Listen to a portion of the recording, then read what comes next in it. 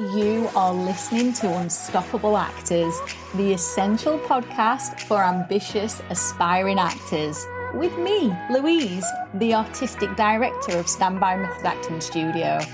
And every week, I'll be talking with you and sharing how you can become a paid, working, unstoppable actor, because you 1000% can.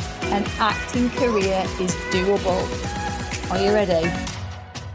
Hello and welcome to another episode of the Unstoppable Actors podcast. It is so good to have you here, and I am so excited to dive into today's topic, which is all about how you are going to create standout showreels and standout headshots, because I know that headshots and showreels can cause a huge amount of stress for so many actors, especially when you're first getting started with them and you're like, oh my God, what do I even do with these? I know I need them, but how do I make them look good? How do I make myself stand out? And that's exactly what we're going to be diving into, because there is a formula with this, and I can't wait to share with you what that formula is. Now, if you are brand new to the Unstoppable Actors podcast, I'm so glad you have found it. It is so good to have you here. I'm Louise, and I have been coaching actors for nearly 13 years. I've been helping them go from unknown actors with blank CVs, barely any experience, if any experience at all, and I've been helping them get cast in Netflix dramas, TV soaps, Amazon Prime films, stage plays all around the world, and getting signed by some of the most incredible agents in the business. And I do that through two strands. The first is by training them in method acting and getting them skills to a very proficient level, so that it's an absolute no-brainer to take a chance on them, even as unknowns. And the second way I do that is through teaching about the business of acting. I'm very passionate about combining the two. Now, if at the end of this podcast you are really loving what you have heard, you've found it valuable, you've found it insightful, it's helped you, it's inspired you, then I really would love you to take this further, and I'd love to continue this training with you. I am holding a free of charge, doesn't cost you anything, online 2-hour workshop, yes, 2 hours for absolutely nothing, on Sunday the 30th of April. It's 6 p.m. UK time and it is 1 p.m. New York time. And this workshop is called The Business of Acting, Raise Your Profile, Land More Roles. And I would love to see you there to continue this conversation and give you even more business of acting tools, more that I can't fit into the podcast. So if you do want to join us for that, the link is underneath this episode. So let's move into headshots firstly. Headshots are the easiest thing you can acquire as an actor at any stage in your career, and there's something that you all know that you need. In fact, it's probably the first marketing tool that all actors realise that they need, because when you sign up for casting sites, it asks you for a headshot. So a headshot is simply a 10x8 photograph of your head. That is it in a nutshell. But headshots are not about you looking pretty.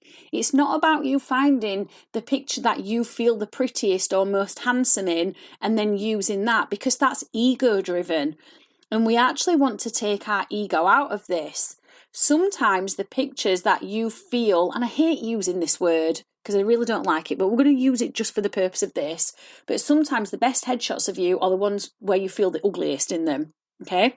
And I don't mean ugly as in you're not beautiful. I just mean the ones where, like, maybe you're pulling a bit of a funny face, or maybe you notice that one eye looks bigger than the other, or whatever it is that you notice about yourself. And that doesn't make you ugly at all, but that's the only word I could think of.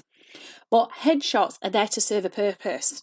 And that purpose is to get you called into more auditions. And that's because a headshot is the first thing a casting director sees of you, or a director if you are submitting yourself or being submitted for things like fringe theatre or independent films.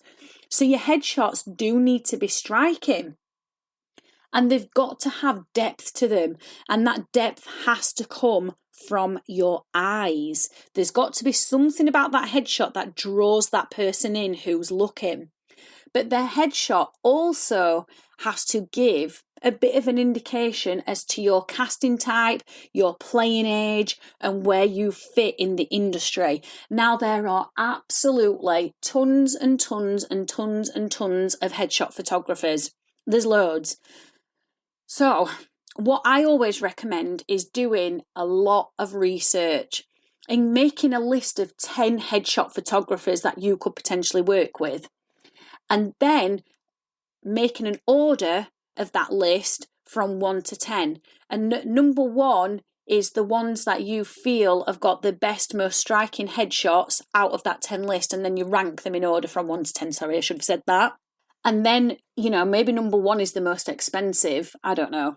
I did this with one of my students not long ago. We ranked 10 headshot photographers, and it turned out that the one at the top of the list was the most expensive. And at that moment in time, that headshot photographer was not in his budget. So what he's done instead is he's gone to either his number 2 or his number 3 on the list, and has decided that in 12 months or 18 months time, when he needs some new headshots, he's going to go to the one that was number 1 on his list, and he's going to save up in the meantime for that. So that's a good little thing that you can do there, is you can rank them, and you can steal what I did with my student. But just remember, they're not about looking pretty. So take your ego out of it, and do not ask your mum or dad or grandparents or friends who are not in the acting industry for their opinion, because they're going to love them all, and they're not going to be seeing this strategically or as a business marketing material. They're just going to be like, oh, you look so beautiful in it.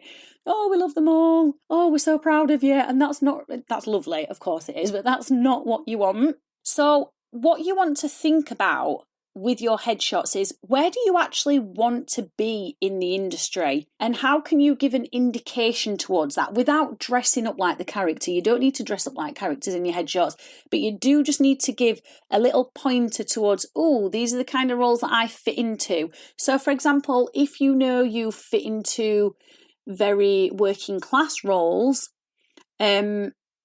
which I know I do, I brand myself as a working class actress because, well, it's who I am. Then one of my headshots, I had a jean jacket on, and what did I do with my hair? I think I put my hair half up and half down, and it just gave a bit of a sort of like chav look. If you're not from the UK and you don't know what a chav is, it's like, well, my understanding of it is like someone who's been brought up on a council estate or lives on a council estate. And basically that's me. I wouldn't say I am a chav, but I've definitely been in that environment. And I could slip into that role quite easily. I know I'm not going to get cast as Jane Eyre. I just don't look like Jane Eyre. I don't sound like Jane Eyre. Doesn't mean I don't have the skill set to play characters like that. No, absolutely not. I more than likely could play them, but I just don't look like that. So there's no point in going against what I naturally look like. So I hope this is making sense. We're kind of teetering into casting type territory here. But the thing about both your headshots and your showreel is that they have to be intentional. You've got to be intentional with them because they are representing your brand. And so casting type does play a role in your headshots and in your showreel. Now, when it comes to showreels, again, these are not just about having really dramatic scenes that are laced full of emotion. Again, they're actually about showing your casting type, whether you can act, and they should give people an idea of where you fit into the industry so it becomes easy. So, for example, let's say you're applying for agents. An agent should look at your showreel and go, oh, I could see myself submitting this actor for these productions, and I could see them being in them because they can act and they look like they fit in those productions. So you've got to be very intentional with both your headshots and your showreel, as I've already said, because they serve a bigger purpose. The headshot, as I've already said, is about getting you booked into more auditions. And the showreel is also very similar as well. It's about helping you get that first or next agent, and also about getting you into the room of more auditions. Because once a casting director or a director has looked at your headshot, the next thing they're going to look at is either your CV or your showreel. And they want to know where you fit into the industry. And agents certainly want to know where you fit into the industry and how they can best support your career and promote you. And the director or the casting director who's looking at your showreel wants to see whether you are aligning with the character that you are potentially going to be auditioning for. So be very strategic with it. Think about where do you want to be in the industry? What do you want to be working on? And how can your headshots and how can your showreel best serve this? So then when you go in for them, you're not winging it. You're not going in thinking, oh, I don't really know what I'm doing. I just know I've got to smile or look a bit moody in my pictures. Like, it's not about that. It's about being very, very, very strategic and intentional. I keep saying these words, but it's because they're important. So if I share with you how I figured out my showreel, my current one, I firstly figured out my brand. I figured out what my brand was, what my unique selling points are. And I didn't just do any scene because I liked the scene or because the scene was dramatic. I got scenes written for me that would fit with my brand. And I gave a very, very clear brief to the scriptwriter on what I wanted. So I said, these are the types of characters that I want. These are the types of productions that I want to be in, that I'm aiming for. And this is what I want in the scene, and I want the character to have this objective and this conflict going on. I was super clear because I knew it would help the writer give me what I needed and it would make their job easier. And I also knew exactly what I was aiming for. And then with the showreel, I treated it like it was a full-scale production. Now, I went off and paid a showreel company because I just thought time is money. I cannot be arsed waiting around for footage from films that I've done because post-production takes as long as it takes. It could take a year, it could take 6 months, who knows? But I did not want to be waiting around. I wanted a showreel in a quick time frame because my career means a lot to me and I want to do things quickly.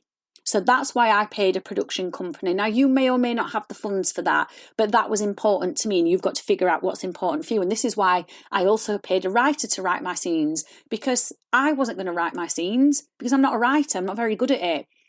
Whereas if I put that extra money into paying a writer, I will get the return on investment, which is getting booked in for the auditions. And then it's my job, obviously, to convert that into a paying job. But yeah, I treated my scenes like it was a full-scale production. I didn't scrimp around. I did the script analysis, got down and dirty with that. I did the character work, the characterization, the personalization. I paid for coaching on my scenes as well. Even though I'm a coach, it's very challenging to coach myself because I can't see outside myself and I'll always have a subjective point of view on it. Whereas I wanted objective, so I paid someone else to coach me on the scenes and help me see things that I'd not seen before in them. And then I rehearsed them. And I rehearsed them until I felt very confident and comfortable with them. And that showreel landed me my agent as I returned to the industry. And my agent said to me, oh, I can see you in productions such as Waterloo Road.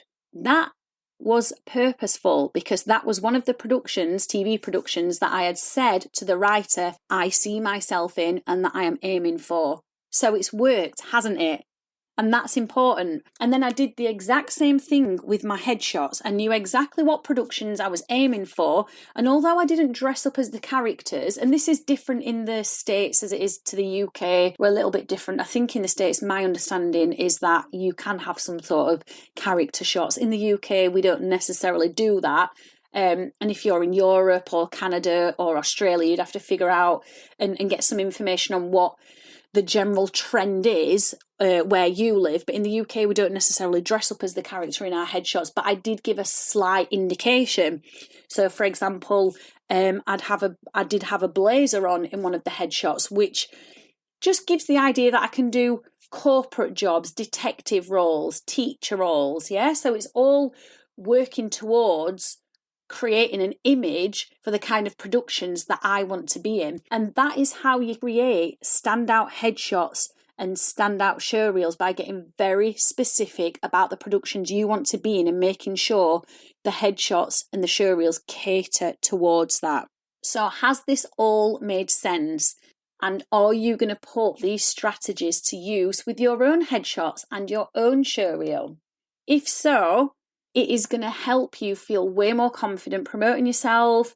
You're going to feel more assured on what your brand is. And you're actually going to be excited to promote yourself and put yourself out there, because you'll have a really good, vibrant energy around your brand. Now, we are going to be taking this further. We're going to be diving into this to a more advanced level in the free online Business of Acting workshop on Sunday, the 30th of April. Now, just because it's more advanced training doesn't mean you have to be at an advanced level. You can be just starting out. If you are just starting out as an actor, I highly recommend you enroll in this free workshop, because you will put yourself further ahead than other actors who are not learning this stuff.